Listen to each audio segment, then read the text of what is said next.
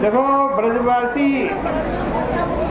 ग्वाल बालों के इस सुख सौभाग्य और हास उल्लास मय वातावरण में एक महाअसुर वहाँ आ गया। उस असुर का नाम था अघ। असुर का नाम अघ और भगवान का नाम अघवित्त।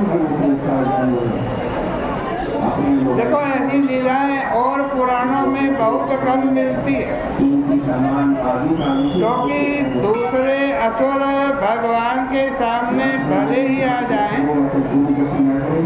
किंतु अघासुर तो भगवान के सामने नहीं आता, वो तो छिप करके रहता है। अघ कहते हैं पाप को, और पाप कौन होता है? न हन्नते भोगम बिना इति अघ। अघ वो है जिसका फल भोगना ही पड़ता है, पाप वो है जिसका फल भोगना पड़ता है। बिना भोगे पाप का फल नष्ट नहीं होता।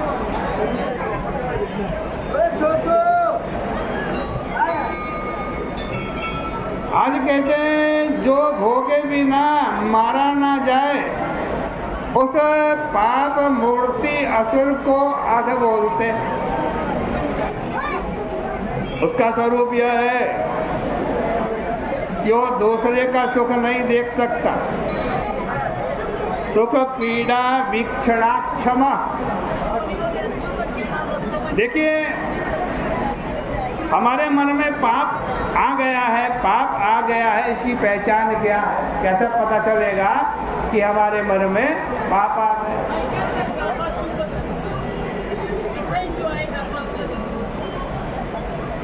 भगवान ऐसी कृपा करें कि कभी पाप हमारे मन में ना आए। लेकिन जब आ जाता है तो उसको पहचाने कैसे कि हमारे मन में पाप आ गया है?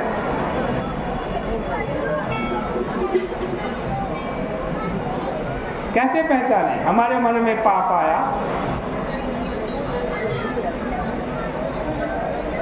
देखो जब आपको दूसरे के सुख से चिढ़ होने लगे, दूसरा खुशी है, उस खुशी से आप जलने लगे, चिढ़ने लगे, ये व्यक्ति क्यों खुशी है, ये तरक्की क्यों कर रहा है। जब आपके मन में ये भाव आए तो समझो पाप आ गया है। यही पाप की निशानी है।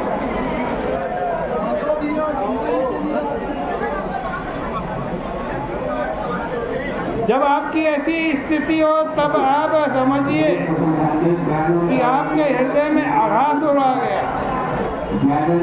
तो वह अघासुर इतना भयंकर था कि बड़े बड़े देवता भी उसका अंत देखने के लिए व्याकुल थे, उसकी मृत्यु की प्रतीक्षा करते रहते थे। वह पूतना और बकासुर का भाई था। कंस ने उसको भेजा था। इसका मतलब ये है पूतना कौन है? पूतना अविद्या है। बकासुर कौन है? बकासुर दंभ। तो विद्या और दंभ दोनों ही अघासुर के भाई बहन हैं, अविद्या और दंभ। अभिमान उसका प्रेरक है। अघासुर ने भगवान पर कर्तापन का झूठा आरोप लगाते हुए कहा कि इसने मेरी बहन और मेरे भाई को मारा, इसलिए मैं इसको इसकी सेना के साथ मार डालूंगा। सबदम हानिष्ये। यहाँ बल शब्द का अर्थ बलराम नहीं है, सेना ही समझना चाहिए। क्योंकि जब जब किसी सर्प के साथ भिड़ंत होती है ना, भगवान श्री कृष्ण जब जब किसी सर्प के साथ युद्ध करते हैं तब तक भगवान के साथ बलराम जी नहीं होते, क्योंकि वे सर्पों के राजा स्वयं शेष हैं। उनके सामने पहले तो किसी सर्प की हिम्मत ही नहीं हो सकती कि वो भगवान का मुकाबला करने के लिए आए। यदि गलती से आ भी जाए तो बलराम जी उसे डांट करके भगा दे, या भगवान से ही कह दें कि भाई ये तो कोई अपना स्वजन है, इसको मत मारो। इसलिए जब भगवान को किसी अजगर से, किसी कालिए नाग से या अघासुर से लीला करनी होती है, तब वो बलराम जी को छोड़कर आते हैं। कोई कोई कहते हैं कि उस दिन बलराम जी की वर्षगांठ थी, इसलिए मैया ने बलराम जी को रोक लिया और श्री कृष्ण ग्वाल बालों के साथ जल्दी वन में चले। अब अघासुर ने श्री कृष्ण और उनके साथियों को मारने के उद्देश्य से अजगर का रूप धारण कर लिया। अजगर का रूप क्यों धारण किया? अजगर को अजगर इसलिए कहते हैं कि अज माने बकरा, अज माने बकरा और गल माने गला, अर्थात बकरे को पूरा का पूरा जो निगल जाए, अपने गले में रख ले, उसका नाम अजगर है। और जो गले में भवती थी, अज माने बकरा, जिसके गले में हो उसका नाम अजगर या अजगर होगा। अब अघासुर ने सोचा